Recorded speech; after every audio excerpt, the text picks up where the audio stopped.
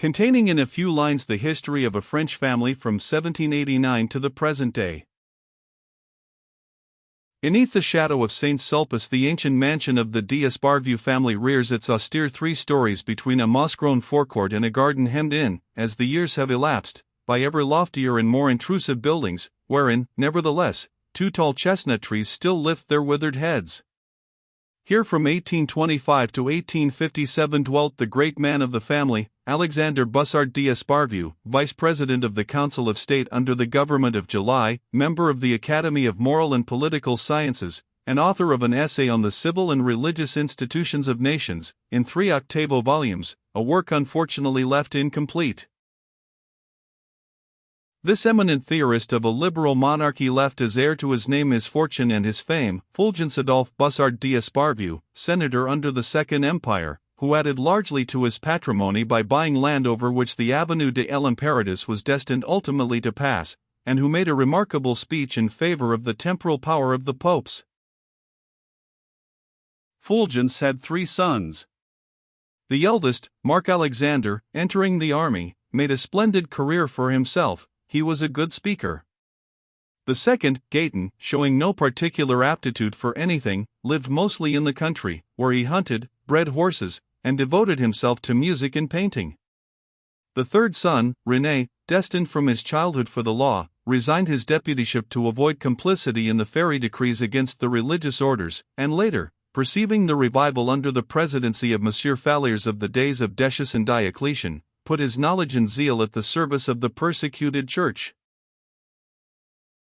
From the Concordat of 1801 down to the closing years of the Second Empire, all the d'Esparvieu attended Mass for the sake of example. Though skeptics in their inmost hearts, they looked upon religion as an instrument of government. Marc and René were the first of their race to show any sign of sincere devotion.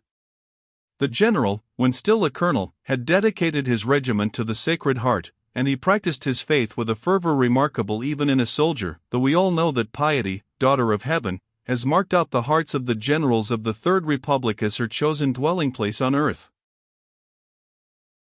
Faith has its vicissitudes. Under the old order the masses were believers, not so the aristocracy or the educated middle class. Under the First Empire the army from top to bottom was entirely irreligious. Today the masses believe nothing. The middle classes wish to believe, and succeed at times, as did Marc and René d'Esparvieu. Their brother Gaëtan, on the contrary, the country gentleman, failed to attain to faith. He was an agnostic, a term commonly employed by the modish to avoid the odious one of freethinker. And he openly declared himself an agnostic, contrary to the admirable custom which deems it better to withhold the avowal. In the century in which we live there are so many modes of belief and of unbelief that future historians will have difficulty in finding their way about.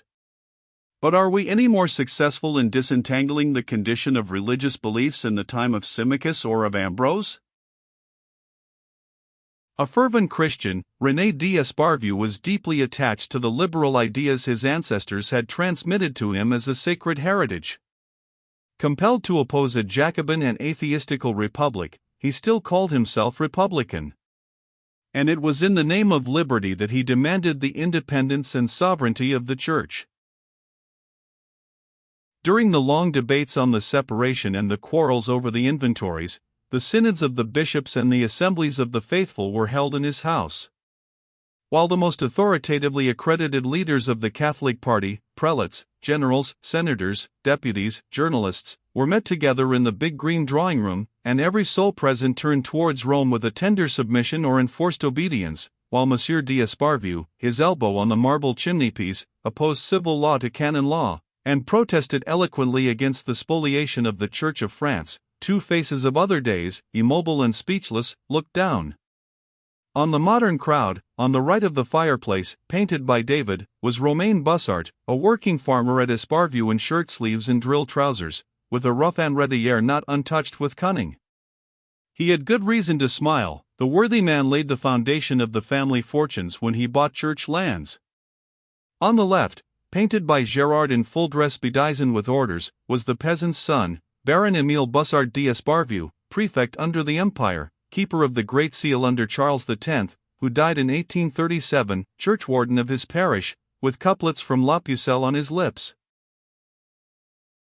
René d'Esparvieu married in 1888 Marie Antoinette Coel, daughter of Baron Coel, ironmaster at Blainville, Haute-Loire. Madame René d'Esparvieu had been president since 1903 of the Society of Christian Mothers. These perfect spouses, having married off their eldest daughter in 1908, had 3 children still at home, a girl and 2 boys. Léon, the younger, aged 7, had a room next to his mother and his sister Berthe. Maurice, the elder, lived in a little pavilion comprising 2 rooms at the bottom of the garden. The young man thus gained a freedom which enabled him to endure family life. He was rather good-looking, smart without too much pretense, and the faint smile which merely raised one corner of his mouth did not lack charm. At 25 Maurice possessed the wisdom of Ecclesiastes. Doubting whether a man hath any profit of all his labor which he taketh under the sun, he never put himself out about anything. From his earliest childhood this young hopeful's sole concern with work had been considering how he might best avoid it, and it was through his remaining ignorant of the teaching of the École de Droit that he became a doctor of law and a barrister at the Court of Appeal. He neither pleaded nor practiced. He had no knowledge and no desire to acquire any, wherein he conformed to his genius, whose engaging fragility he forbore to overload, his instinct fortunately telling him that it was better to understand little than to misunderstand a lot. As Monsieur l'Abbé Patouille expressed it, Maurice had received from heaven the benefits of a Christian education. From his childhood piety was shown to him in the example of his home, and when on leaving college he was entered at the École de Droit, he found the lore of the doctors, the virtues of the confessors, and the constancy of the nursing mothers of the Church assembled around the paternal hearth. Admitted to social and political life at the time of the great persecution of the Church of France, Maurice did not fail to attend every manifestation of youthful Catholicism. He lent a hand with his parish barricades at the time of the inventories, and with his companions he unharnessed the archbishop's horses when he was driven out from his palace. He showed on all these occasions a modified zeal. One never saw him in the front ranks of the heroic band exciting soldiers to a glorious disobedience or flinging mud and curses at the agents of the law. He did his duty, nothing more, and if he distinguished himself on the occasion of the great pilgrimage of 1911 among the stretcher-bearers at Lourdes, we have reason to fear it was but to please Madame de la Verdelière, who admired men of muscle. Abbé Patouille, a friend of the family and deeply versed in the knowledge of souls, knew that Maurice had only moderate aspirations to martyrdom. He reproached him with his lukewarmness, and pulled his ear, calling him a bad lot. Anyway, Maurice remained a believer.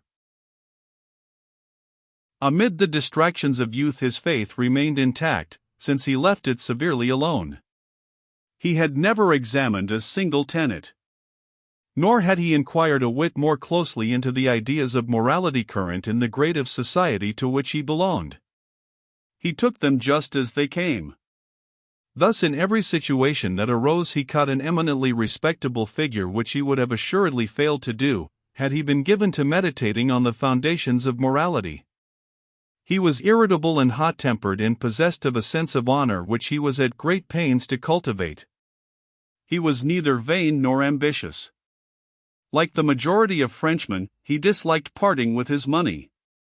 Women would never have obtained anything from him had they not known the way to make him give. He believed he despised them, the truth was he adored them.